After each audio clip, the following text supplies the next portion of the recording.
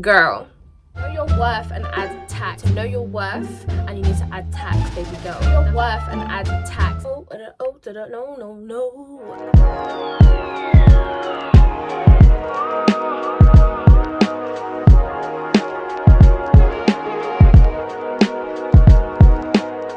So hello guys, hello and welcome back to my channel. Okay, I'm gonna tone it down a whole notch because I'm a bit excited. As you can see, I'm a bit pumped, I'm a bit restless, I'm in a good mood today and I've got loads of energy, which is good because this video is gonna be a juicy one. It's a juicy topic and I know you guys are gonna enjoy this video because I asked you guys to send in the questions for me to answer, so you have to enjoy it, period. It's by force. Okay. I know 2020 has been a crazy year so far, and I'm still anxious to see what's gonna happen next because this year it could be a movie. It could be a movie, like it could be a movie.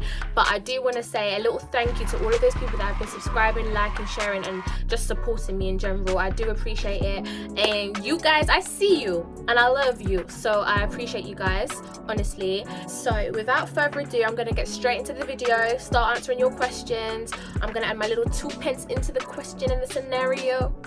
Like I said from the beginning, this is just my opinion. Feel free to do you. I hope I've been helpful, and if not, I'm sorry. Give this a big thumbs up, like, comment, and subscribe.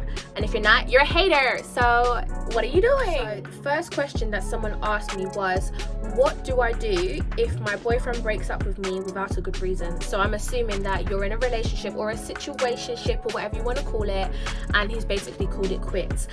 In my eyes and in my point of view, if he's called it quits, then he clearly knows that you're not on the same page, because he clearly doesn't feel the same way about you than you feel about him. And I know right now it's probably burning. We've all been there, sis. We have all been there when we really like a guy, or we're feeling a guy and they're just doing the most, or they're not doing enough. Like, we've all been there. That he's basically called it quits. What you need to do is you need to take the courage, you need to know your worth, and you need to add tax, baby girl. That's what you need to do. You need to know your worth and add tax. For the people in the back, you heard? You need to now walk away from that situation. You don't want to go and chase him, you don't want to go and beg him, because I guess I'm very traditional when it comes to relationship and guys. A guy has to do the chasing. I will never ever do the chasing unless we've been in a relationship and you're my husband. Like, do you get what I mean? So in my point of view, if I was in your scenario, I would, yes, it would hurt, but he doesn't need to see that, because you don't want to let people see your weaknesses because they take advantage. So what you need to do is you want to end it on civil notes if you haven't, or if you have, you just want to end it on good terms. You don't need to be best friends, you don't need to be socializing, but you want to end it on good terms because you don't want to be holding hatred or hurt in your heart. Forgiveness is key. But what I will say is, by knowing your worth, you know that you deserve more. So clearly he knew that he wasn't going to be good enough in the long run, and he knew that he couldn't match what you're looking for, and he's decided to walk away. But whatever the situation is, or whatever the reason he's decided that he doesn't want to be with you, don't blame yourself. The way I see things is, God would not remove something from your life or take something from you that he wasn't going to replace 10 times over. So I'm not saying that this guy isn't nothing. I'm not saying that he's not going to be the love of your life, because who knows? You don't know how the world works. You might end up back with him in 10 years time. But what I am saying is, for now, you need to work on improving yourself. You need to work on self-love. You need to work on fulfillment on your own, and you need to leave that boy alone. Focus on yourself from now on, and the right guy will come along. Think about it. This is one thing that I need to tell myself sometimes as well. Like, there's actually over 1 billion people in this world, and just because you know a few people in your area or your ends, like, there's so many people in this world, and you want to settle for someone that's not even gonna meet the car. We're not gonna do that, baby girl. Not in 2020, not ever in period in life. Like, there's so many people in this world, and I guarantee you'll find your perfect match who will chase you, who will give you the effort and the love that you deserve. So don't ever settle for less. And the fact that he's let you go, take it as a sign from God that he wasn't the one, and keep it moving. And I know it's hurting right now, baby girl, but use this anger, use this sadness, and use it to pursue yourself and become the best version of yourself. Okay, so somebody asked for like advice when choosing schools, colleges, and just education in general. I have just recently, well, not recently, but this year I started year 12 in sixth form, so I can talk to you a bit about choosing sixth forms, colleges, or even going into higher education, because obviously education is not for everyone. There's obviously different routes and canals that you can go down, so I'll talk to you guys a bit about that. I will say one thing, especially on results day, a lot of the enrollments for colleges and sixth forms and whatnot is the same day as results day. So on that day, I will say, do not let your results cloud your judgment. Do not act on impulse. Whether you got good grades on that day or not, don't act on impulse. Always stay true to yourself, and remember that if you're not going to enjoy it, if you're not passionate about the subject, then you're not going to do well in it. Because A-level content, I can't talk for BTECs, but I'm sure it's exactly the same. Point blank, you need to be enthusiastic about the subject you're doing, you need to be passionate about it, and you need to have a genuine interest, otherwise there's just no point doing it. When you get to halfway through the year, you see so many people dropping out, you see people doing different things because they realise that they should not have acted on impulse and they should have just gone with their heart and their passions. So that's one thing I will say. Another thing I will say is also, don't do what your friends are doing. And I know that might be hard, because if you're in a group, if you're in a crowd, you sometimes don't want to lose your friends, you don't want to leave them behind, and you kind of want to be as a group together. So I get it, but one thing I will say is you don't want to follow the crowd, and you don't want to follow what your friends are doing, because the truth of the matter is, if you guys are really true friends, it doesn't matter if you were to go to Hong Kong or China, like, you will still be friends, period. Said what I said. Okay, well, what? So that's one thing to bear in mind. And also remember that your friend's path is not your path. God has made everyone in their own design, uniquely, with their own gifts, talents and passions. So make sure you take that into consideration and you do what's right for you. Don't ever let anyone shame you or force you or pressure you, including your parents and family. And I know that's going to trigger a few people, but you have to do what's right for you. You can't live your life for other people, and I know that might be a bit triggering at the moment, especially when my mom watches this video, but you have to live your life for you. Okay, so this one is one that I feel like I could shed some light on. So someone has basically said that me and my friend have been tight for years, she's my girl, but recently she hasn't been a good friend to me. So to take into consideration, you did say the word recently, so she might be going through a phase, she might be going through something, so definitely reach out to your friend and she should explain to you why she might not be acting herself, or maybe it's a cry for help, because people do that. They sometimes act out of character as a cry for help without actually saying they want help in a situation scenario. So definitely reach out to your friend and just see what's going on. That being said, I will say that obviously length of time is a key thing, because obviously if you've been friends from knee high, if you're family friends, if you guys go way back, like way back, you don't want to just cut anyone off willy-nilly. Like, it's not by force, do you get what I mean? But one thing I will say is you can meet someone in a week and they might be a better person to you than someone that you've known for 10 plus years. So don't let the length of time that you've known each other be a deciding factor. If there's an issue and things aren't right, then bring it up to your friend, discuss it, talk about it, because if you are really friends, you'll talk about it and you'll find a way to solutionize it and you'll move on. So that's one thing I will say. Discuss it, communicate. Communication is always key. And from that point on, then decide what you feel like is best. If you feel like you need to take a break from that person because they're not good for you and your mental health, then you have to do that. But one thing I will say is communication is key. I can't really tell you what to do with your friend, especially because I don't know how they haven't been a bad friend to you, so that's not really my place. But all I can say is communicate with your friend, reach out to them and make the right decision for yourself. Okay, so the next, it's not really a question, it's more of a scenario that someone basically put on the YOLO that I put on my Snapchat. And they basically went on to say, if you're watching this video, hey girl, hey, they've basically gone on to say, well, they're in love with their best friend's man. You've said you're in love with your best friend's boyfriend, man, or partner, and it's a mutual thing, but your best friend doesn't know. She said, yeah. I said, no. Girl, are you for real? I must be dreaming. Okay, so to start off with, I'm not going to be a person that's going to be judgmental. Yes, I will give my opinion, but then again, you have to do what's right for you. I'm going to try and give my opinion from both sides of the coin. So I'm going to try and tell you from both points of view. And from there, you need to do what's morally right for yourself, what's going to make you happy, and you need to try and find the best solution to be in the loop. Me personally, I couldn't be friends with someone knowing that I've done something bad to them behind their back and I haven't even told them. So I feel like the way it is, if you really are friends, you need to come clean. You need to tell her what the situation is in a sensitive manner, because that is a big topic. If a friend came to me and told me that they like my man, like not even my ex, an ex is a whole different scenario, but your current boyfriend, your current situation, and they've come to you and they've said, I'm in love with them, and it's a mutual thing, as in he's in love with her too. Like, I don't know how I would react. Like, I don't know how I would react, period. Like, that is girl. But yeah, definitely I would say in that situation, communicate with your friends. Don't leave her out of the loop. You don't want your friend to be out here looking dumb. That's the worst thing you could do. And this is why so many girls don't trust girls, because girl, like, communicate with your friend first before you do anything with a guy. Like, your friend should come first. And the only reason I'm saying that is because, say you were to get with this guy and things don't work out, who are you ultimately gonna go crying to? Your friend, not the guy. So you do need to have your friends by you. But yeah, on the other side of the coin, if I flip the tables, if she really is your friend and is genuinely love, and you guys know that you're supposed to be together, you didn't plan it, you wasn't conniving behind your friend's back, it just happened naturally, then over a period of time, your friend should come to understand. Because if she really is your friend, she would want the best for you, and she wouldn't want you to be in an awkward situation. So either way, the advice that I would give in that situation is that you need to communicate with both sides of the story. You need to be willing and open to listen to how they're feeling, and you need to be open to the fact that there's going to be consequences.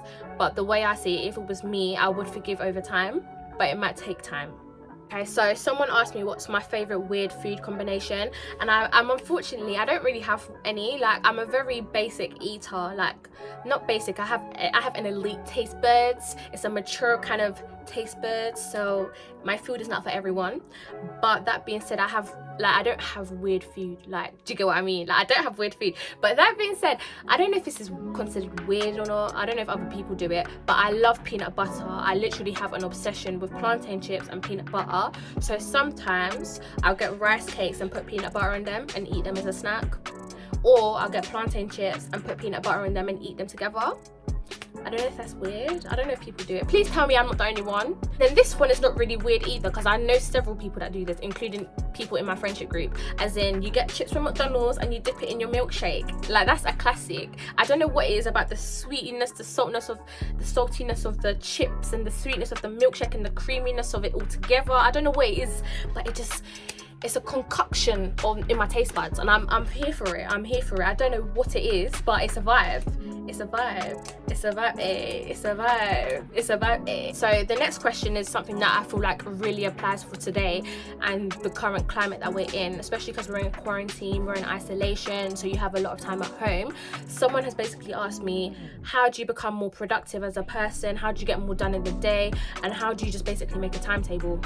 So exactly that. I would say, in life, you're used to having a timetable, whether that's at work, whether that's at school, whatever it is that you're doing, you'll have a timetable, a specific time when you wake up, you'll have different things to do, you might eat at a certain time during the day, but you have a structure to your day. And I would say, even though we're in isolation and quarantine, you do want to relax. That's all cute, that's all good, that's all cute. You might want to have a bit of a lie-in. Trust me, I've been having my lie-ins. But that being said, you still do want to have a bit of structure to your day. When you come up with a structure for your day, just a little time when you'll wake up at this time every day, and you'll try and go to sleep by this time every day.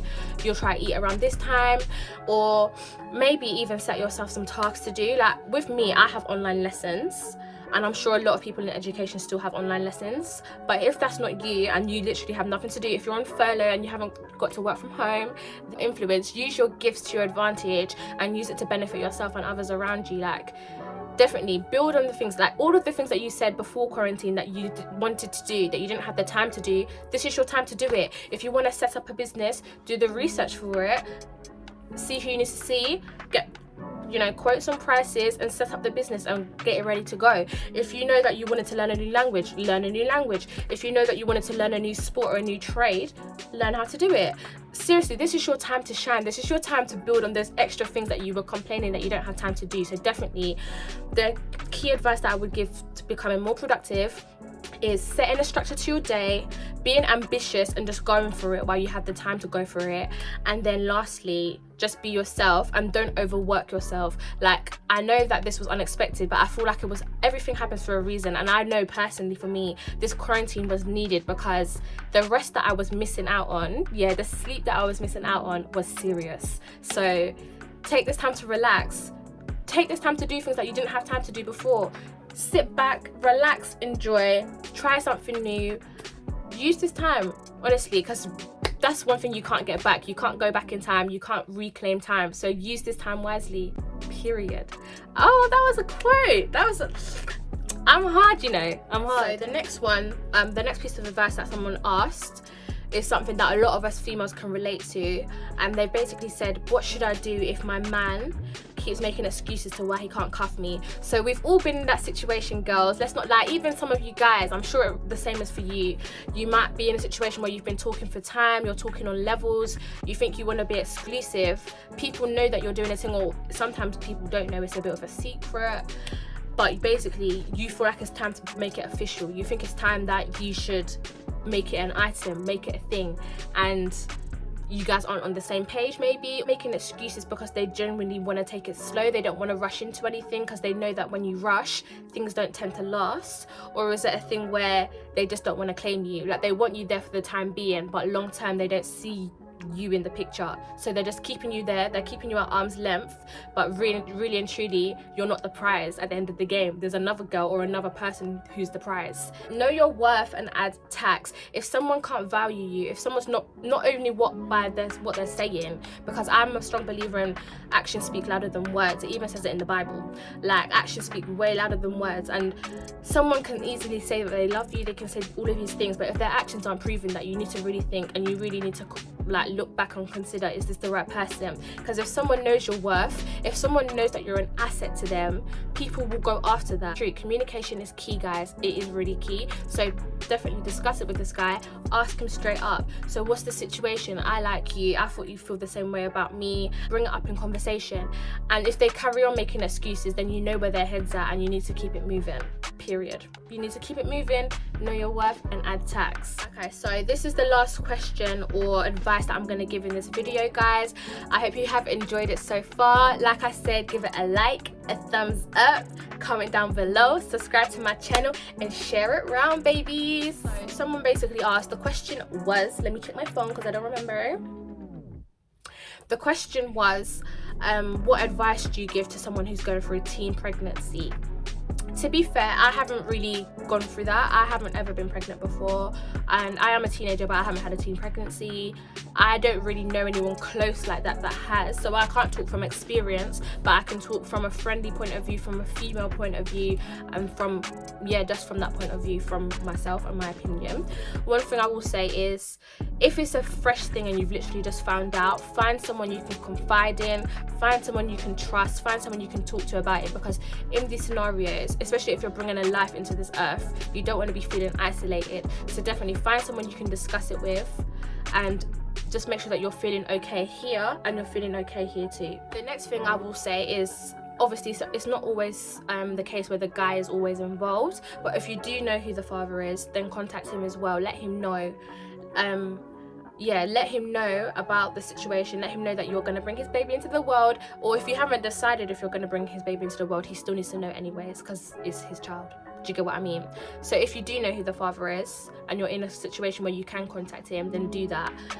Just share the information with him. Remember that it's your body, it's your choice, so you can decide what you want to do. If you want to carry on and breed that baby, then do that, sis. Find a support system, find a network of people, have close family and friends that are going to help you raise this child.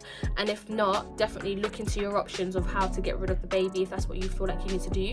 Because I'm not gonna lie, if you're a teenager, you're young, you may feel like you have your whole life ahead of you, so don't ever feel pressured into doing something you don't want to do. But most importantly, one thing I will say is definitely find someone to confide in, and don't ever feel shameful. Don't ever feel shameful, don't ever blame yourself. Know that everything happens for a reason, and that you're not alone. There's so many people that go through these things, so definitely find out, reach out to people that have been through what you've been through, so you can connect on that level.